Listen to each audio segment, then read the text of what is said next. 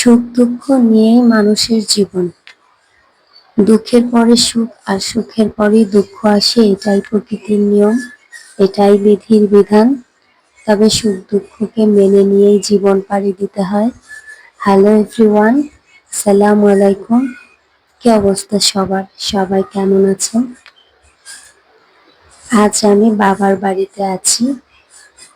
আমার বাবার বাড়ির ঘর দুয়ারগুলো পরিষ্কার করছি, কেননা আমাকে আমার বাবার বাড়িতে থাকতে হবে এখন থেকে। কিছুক্ষণ আগেই বলেছিলাম সুখ দুঃখ নিয়েই মানুষের জীবন। তবে আমার জীবনেও কিছু পরিবর্তন এসেছে, দুঃখ আমার জীবনে আবার নেমে এসেছে।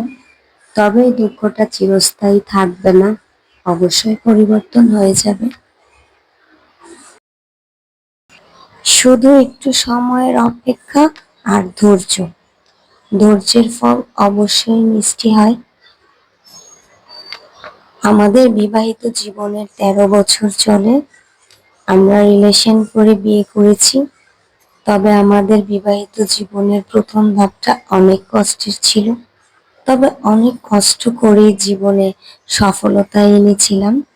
তবে এখন আমার সময় খারাপ, কারণ আমার হাজবেন্ড অনেক অসুস্থ এবং তার পা ভেঙে গেছে।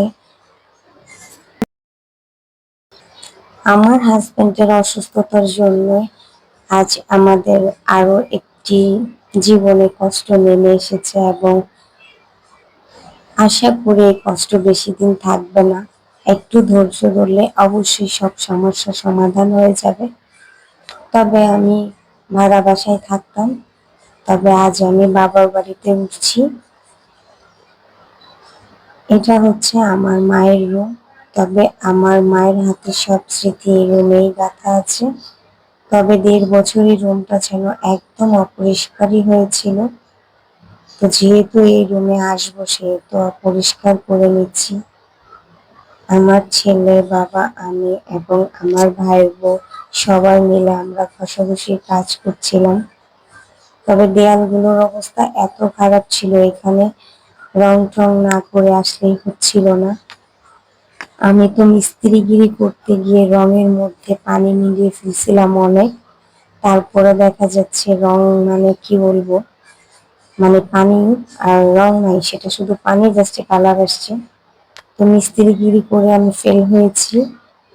তো আমার ভাই আবার আমাকে হেল্প করছে, আরো রং এবং হোয়াইট রং সবকিছু মিলিয়ে মানে রংটাকে ঘন করার চেষ্টা করতেছিলাম।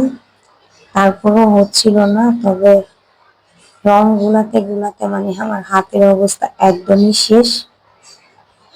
তারপরেও যেন আসলে হচ্ছিল না, চেষ্টা করতে করতে করতে করতে মানে কি বলবো, আমার হাতের অবস্থা একদমই শেষ।